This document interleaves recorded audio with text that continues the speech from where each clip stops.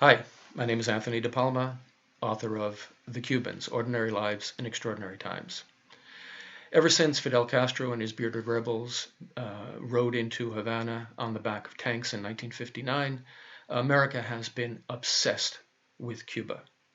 However, during much of that time, the only voices that we've heard coming out of Cuba have been those of Fidel and the other members of the party or the official Cuban press.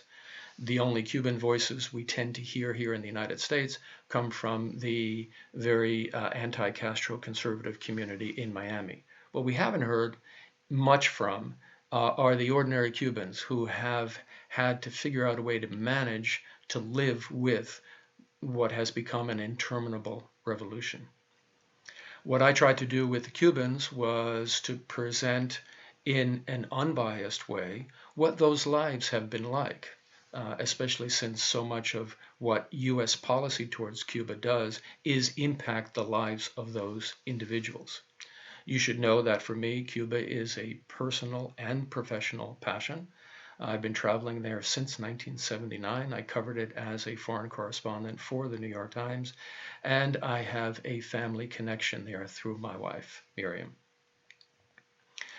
In the Cubans, you'll meet 5 extraordinary individuals from the same small town across the harbor from Havana. You'll meet Lily, the devout communist, president of the local committee for the defense of the revolution, who gets up at 3 a.m. every year to attend the May Day parade at the Plaza of the Revolution. You'll meet her good friend, Caridad, a former vice minister of light industry for the nation, and high-ranking member of the Communist Party, who benefited greatly from the revolution early in her life as a black Cuban woman, but eventually determined that the revolution was not living up to its promise. She gave up all that power and privilege and became a self-employed entrepreneur. You'll meet the artist Arturo, who studied in Moscow and then returned to Cuba to open his own studio. You'll meet Maria del Carmen, who refused to turn her back on her religion and suffer the consequences of it, but has found solace in pursuing her passion for classical Spanish dance. And you'll meet Jorge, a veteran of the Cuban wars in Africa, who lost 14 members of his own family when they attempted to flee Cuba in 1994, and has spent the rest of his life seeking justice for them.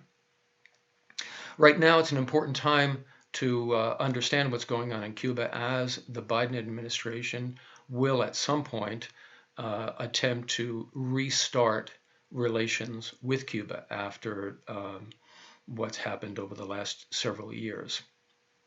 It's important, and I think the book will provide your students with some opportunity to find out how those policies, American policies, have affected Cubans on the street in Cuba, and will also provide insights to the lives of Cubans that are both understandable and approachable, as well as, I believe, unforgettable.